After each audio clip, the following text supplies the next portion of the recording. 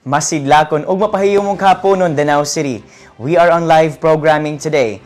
Today is June 18, 2026, Adlong Huwebes, and welcome to the 31st episode of The Weeklight, Sidlak sa Danao, your weekly window into Danao City's latest. I'm Shim Dagatan, ang inyong alagad gikan sa Public Information Office, bringing you the most important updates, stories, and latest news accomplishments from around the city, all from the past days, right here and now. From achievements to events, to reminders and features, we've got everything you need to stay informed. Tungod ang Danao City Government, kinsa top 1 most improved component city sa tibuok Pilipinas ug Seal of Good Local Governance awardee under the Dorano administration, nagatuo nga ang matag pamilyang Danawanon angay nga adunay access sa tukmang impormasyon aron makabuhat og mas maayong desisyon ug mapaayo ang kalidad sa atong kinabuhi.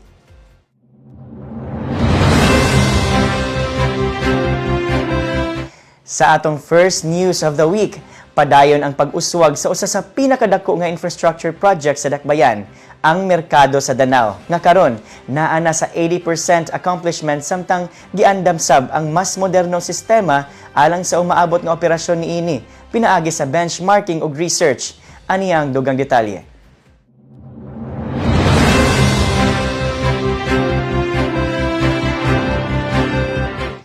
Ang merkado sa Danao Phase 2 karon nakaabot na sa 80% accomplishment ug hapit 85% structural completion nga nagpakita sa padayon nga tinguha alang sa lig-on, moderno, luwas ug epesyenteng merkado para sa pamilyang Danawanon. Kini nga proyekto dili lang basta istruktura, kundi simbolo sa pagbangon ug paglambo sa Dakbayan gikan sa kasinatian sa nangagi padulong sa mas masidlakong kaugmaon. Samtang gihuwat nga mahuman, giandam na sab sa lokal nga pamunuan ang umaabot nga operasyon niini, pinaagi sa benchmarking ug research activities. Karong si Manaha, ang delegasyon sa Dakbayan sa Danao, nga gilangkuban sa mga city officials, department heads ug team merkado mipadulong sa Davao City ug Maramag Bukidnon aron makat-on sa modern public market management ug smart market innovations. Subay sa mando ni Mayor Nito Dorano, ang team merkado giawhag nga dili lang maghulat sa pagtapos sa konstruksyon, apan aktibong mangita og kahibalo gikan sa ubang modelo nga merkado sa nasod, ilabi na sa kalimpyo, teknolohiya, sustainability ug epesyenteng sistema sa pagdumala. Pinaagi niini, gilauman nga sa unang adlaw pa lang sa operasyon, ang merkado sa Danao andam na nga mohatag og world-class nga serbisyo para sa vendors ug consumers. Giya sa connectivity agenda ni Mayor Nito Dorano ug sa lig-on nga suporta sa lokal nga pamunuan, padayon ang pagtukod dili lang sa merkado, apan usa ka bagong hub sa oportunidad ug kalambuan here and now.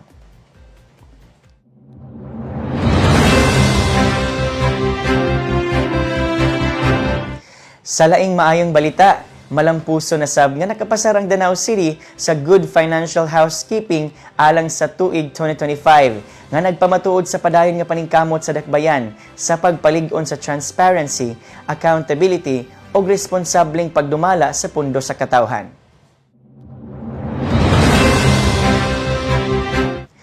Ang GFH o Good Financial Housekeeping usa ka pag-ila gikan sa DILG alang sa mga lokal nga kagamhanan nga nakatuman sa taas nga sukdanan sa fiscal discipline ug financial accountability. Ang pagkabot nato sa maong pag-ila nagpasabot ug nagpakita nga ang mga pinansyal nga record sa Dakbayan limpyo, tukma ug nasuta pinaagi sa mga auditing requirements, samtang ang impormasyon bahin sa budget ug paggasto sa gobyerno bukas ug padayon nga gipahibalo sa publiko. Sulod sa daghang katuigan, padayon kita nga nakadawat sa maong pag-ila. Usa ka timaan sa consistent ug maayong pagdumala sa lokal nga pamunuan ubos sa lideratong Dorano ug sa padayon nga paghatag og epesyente ug kasaligan nga serbisyo publiko alang sa pamilyang Danawanon.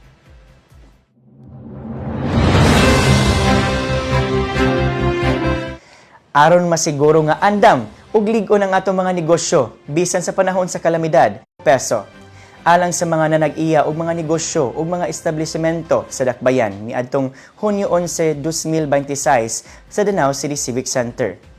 Tumong sa maong seminar nga matabangan ang mga negosyo nga mahimong mas andam, mas resilient ug magpabiling produktibo bisan sa panahon sa kalamidad ug uban pang krisis. Partisipante sa maong kalihukan kadtong mga naapektuhan gayod sa bagyong Tino, diin gihatagan sila og kahibalo ug mga estratehiya aron masiguro ang padayon nga operasyon sa ilang mga negosyo bisan sa lisod nga kahimtang.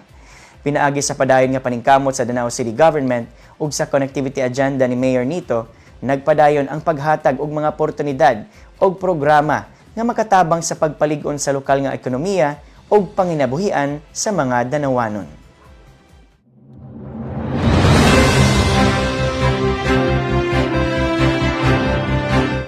Dili tanang kausaban makita dayon. Kasagaran, magsugod kini sa session hall, pinaagi sa diskusyon, pagtuon ug paghimo og mga balaod nga naghulma sa direksyon sa dakbayan. Sa atong legislative updates, sutaon ta ang mga pulisiya og resolusyon nga gituki og napasar atol sa 44th regular session sa atong sangguniang panglungsod, pinaagi niini nga report.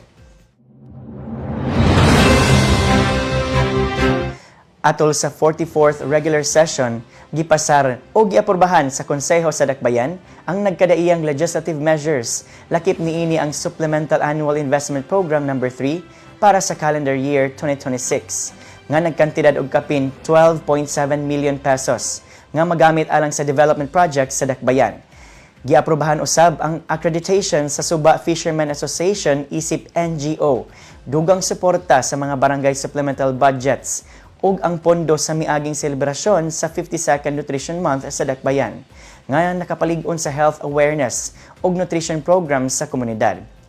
Isip alagad sa pamilyang Danawanon, magapadayon ang 18th Sangguniang Panglungsod sa paghimo og mga pulisiya nga motubag sa panginahanglan sa katawhan ug magpadayon sa pagpalambo sa Dakbayan here and now.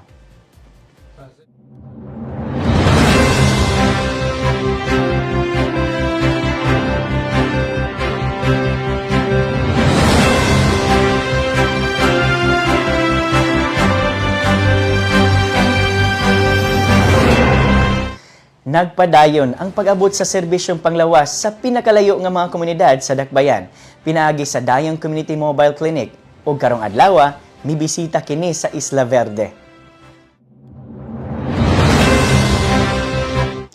Karong adlaw, Hunyo 18, 2026, ang Dayong Community Mobile Clinic malampuson nga mitungtong sa Isla Verde aron ihatod ang libre nga medical consultation ug mga tambal alang sa atong mga kaigsuonan sa isla.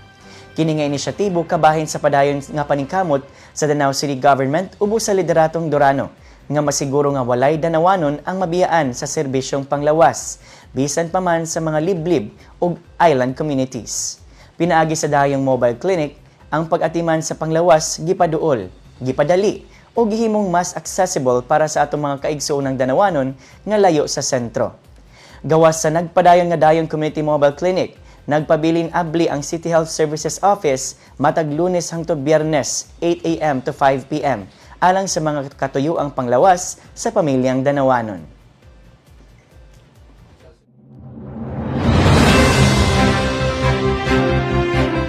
Sa sektor sa edukasyon, usa ka dakong panaw sa pangandoy ug oportunidad ang giatubang sa atong mga aspiring scholars diin kapin 500 ka mga kabatan-unang Danawanon ang mitagana sa ilang kusog ug kaalam sa pag-take sa Danao City Scholarship Written Examination karong simanaha.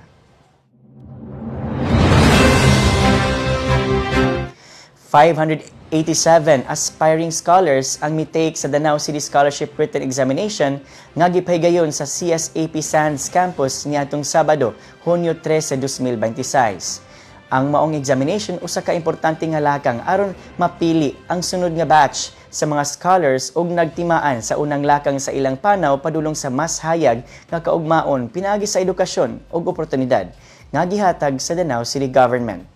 Gipasabot sa mga nagdumala nga ang scholarship dili lang usa ka pribilehiyo kundi usa ka responsibilidad ug paningkamot nga nagkinahanglan og disiplina, determinasyon ug tinuod nga pagpakabana sa matag estudyante. Sa sunod nga mga adlaw, ipahibalo na ang listahan sa mga nakapasar sa written examination ug mo-proceed sa sunod nga lakang, ang interview stage. Ug para sa updates niini, keep posted sa Danao City Education and Development Office Facebook page.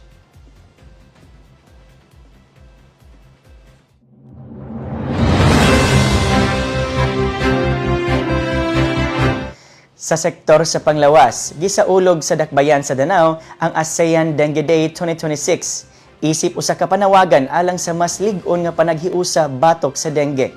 Dungan niini ang mga nagkadaiyang inisyatibo kontra sa maong makamatay nga sakit.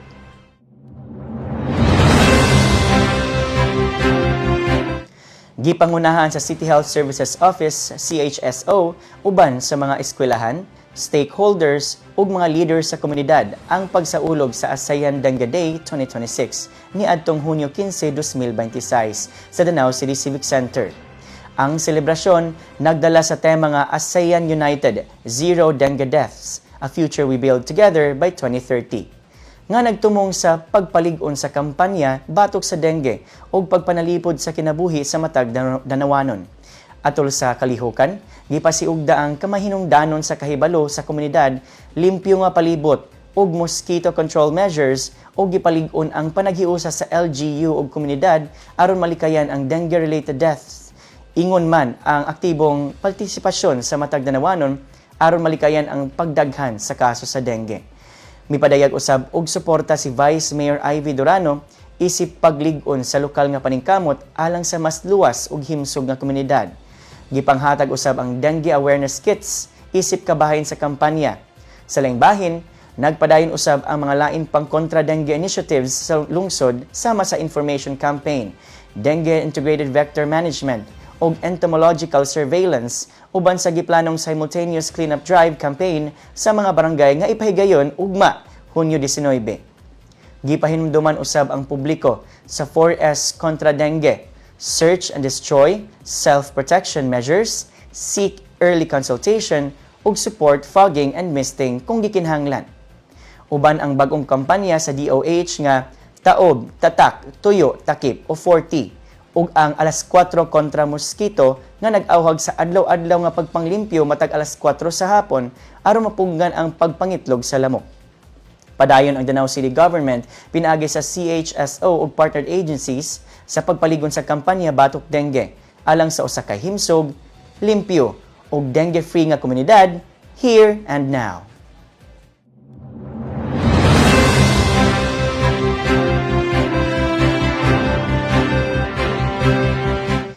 Sa padayon nga tinguha nga mapasidlak pa ang sektor nato sa agrikultura, gilungsad sa Danao City Government ang season-long training on Farm Business School for Coconut. Unsa ni nga training ug kinsa ang ipaubos niini? Sayranta niini nga report.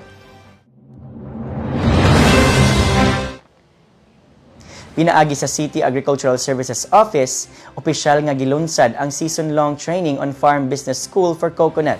Usa ka programa nga nagtumong dili lang sa pagpalig-on sa kahibalo, abilidad ug kapasidad sa atong mga coconut farmers sa pagpananom apan pagtabang sab kanila nga mahimong mas competent agri-entrepreneurs. Gipasiugda niini ang nga programa ang importansya sa pagtan-aw sa coconut farming dili lang isip panginabuhian kundi isip usa ka sustainable agribusiness nga adunay dakong potensyal sa kita ug kalambuan. Pinaagi sa training, matudluan ang mga partisipante sa proper farm planning, financial management ug product development aron mas mapalambo pa ang kalidad ug kita sa ilang mga produkto. Kini nga lakang usa ka klarong pasalig sa Danao City Government ubos sa lideratong Durano nga padayon nga pablig-unon ang sektor sa agrikultura, pinaagi sa kahibalo, inobasyon ug kooperasyon.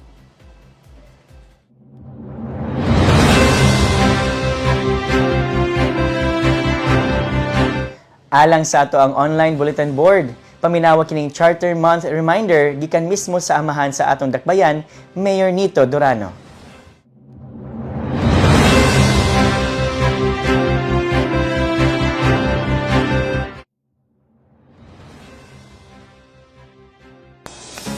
Mga higalang Danawanon, sa atong pagsaulog sa ika-65 na Charter Anniversary sa dakbayan sa Danao, atong handumon uban ang garbo ug mga kalampusan nga atong natigom isip usa ka komunidad. Apan labaw pa sa pagtan-aw sa atong kagahapon, kini usab usa ka higayon sa pagtan-aw sa usa ka umaabot nga dili lamang pagkahukman sa atong mga leader o gobyerno, kung dili pagkatukuron sa matag Danawanon. Ang kaugmaon sa Danao anaa sa atong mga kamot. Ania kini sa matag hinikanan nga nagpaningkamot alang sa maayong kaugmaon sa ilang pamilya. Ania kini sa matag estudyante nga adunay damgo ug determinasyon sa pagkaton. Ania kini sa matag mag-uuma, mangingisda, mamumuo, negosyante ug kawani sa gobyerno nga magtinud-anon nga nagserbisyo alang sa kaayuhan sa kadaghanan. Ania kini sa matag pamilyang Danawanon nga naningkamot sa paggam sa kinayahan. Samtang nagpadayon kita sa pagpalig-on sa Danao, isip gateway of opportunities. Atong hinumduman nga ang pinakadako natong kusog dili ang atong mga dalan, infrastruktura o mga proyekto. Ang atong pinakadako nga kusog mao ang katawhang Danawanon. Mga tao nga masinabtanon, pugihan, malambuon ug nagkahiusa alang sa usa ka mas maayong kaugmaon. Busa atong ipadayon ang espiritu sa panagiusa ug pagtinabangay. Atong gamiton ang matag oportunidad aron mapalambo ang atong kaugalingon, ang atong pamilya ug ang atong dakbayan. Kay ang tinuod nga sukdanan sa kalampusan sa Danao dili lamang makita sa mga istruktura nga atong natukod kung dili sa kinabuhi sa matag Danawanon nga atong napauswag.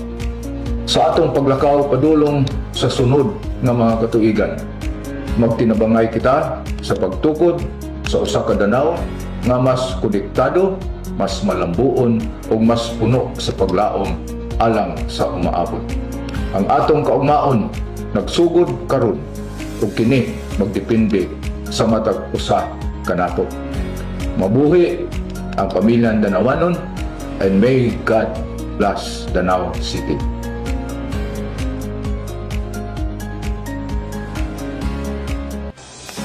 Mga higalang Danawanon,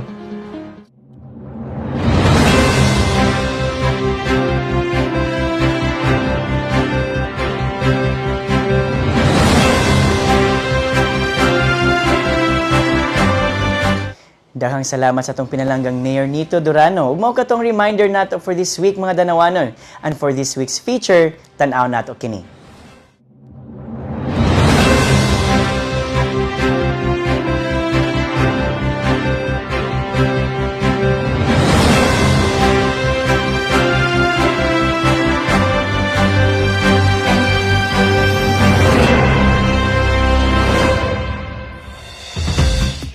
Masilakon og mapahiyumon ang adlaw sa kagawasan sa Danao City.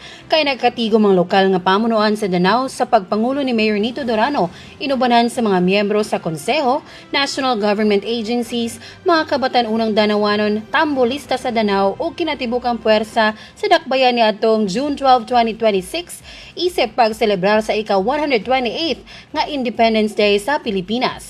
Kini usa ka tinuig nga tradisyon nga atong gidumdum aron balikan ang hinungdan nga kita adunay kagawasan ug katungod. More than a piece of cloth, ang bandila usa ka timaan sa atong pagbarug ug kadaugan batok sa pagpanakop. Let this be our daily guide in living our life, Danawanon. Mamahimo unta tang sama sa asul nga simbolo sa kalinaw, sama sa puwa nga nagrepresentar sa kaisog ug kalig-on panahon sa mga pagsulay, ug sama sa adlaw nga padayon sa pagsidlak. And as we raise our flag, may we continue to practice our freedom with responsibility and justice. Ug sa ginghon na ni Mayor Nito, be of service to your families, to your communities, and to our beloved city. Grab every opportunity to be heroes here and now.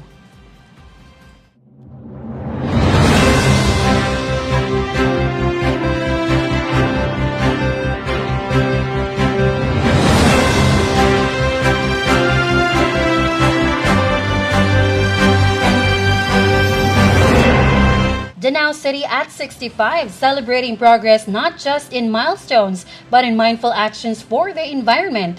Isip kabahin sa selebrasyon sa ika-65 na Charter Anniversary sa Dakbayan sa pagpangulo sa City Environment and Natural Resources Office o CENRO, uban sa mga volunteers, partner agencies o partisipante gikan sa mga nagkadaiyang sektor, malampusong nagpahigayon ng simultaneous coastal cleanup drive ni adtong Hunyo 17, tuig 2026 sa mga coastal area sa Suba, Ginsay ug Dungguan. Uban sa usa ka tumong ang paglimpyo, pagpanalipot ug pagpreserbar sa atong baybayon ug kadagatan. Nagkayusa ang mga danawanon aron mapakita nga ang pag-atiman sa kinaiyahan responsibilidad sa matag usa. Sa usa lamang ka buntag nga paningkamot, nakatigom og 194 ka sako sa basura ang atong mga volunteers. Lakip na ang residual waste, PET bottles ug mga botilyang bildo. Dili man kini makahuman sa problema sa basura sulod sa usa ka adlaw, apan usa kini sa dakong lakang padulong sa mas limpyo ug mas himsog nga coastal areas. Atong hinumduman nga ang tinuod nga progreso dili lamang masukod sa infrastruktura ug proyekto, apan usab sa atong pag-atiman sa kinaiyahan nga atong mapasa sa sunod nga henerasyon. Kaysa tinuod lang, mas kinahanglan nato ang kinaiyahan kaysa kinahanglan tani ini. Busa sa atong padayon nga pagsaulog sa ika-65 katuig nga kalambuan sa Danau City, hinaot nga mas ipasilak pa nato ang disiplina ug ang pagpakabana sa hustong pagdumala sa atong mga basura. Ang pagpanalipod sa atong baybayon, kadagatan o kinaiyahan dili responsibilidad sa pipila lamang, kundi sa matag danawanon. Let us continue to protect what we celebrate because a cleaner, greener and more connected Danau begins with all of us here and now.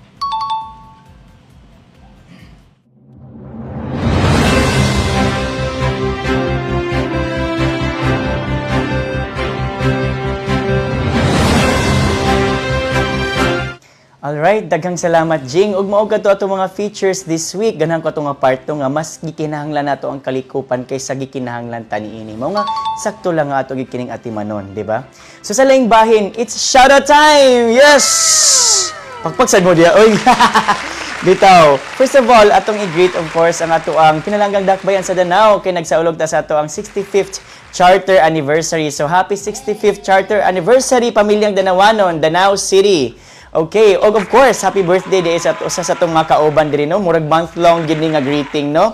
Si Bebek ko happy birthday Hana Lawas Banzon. Oh, di ba? Happy na yung birthday in ka 30 pero month long celebration, di ba no?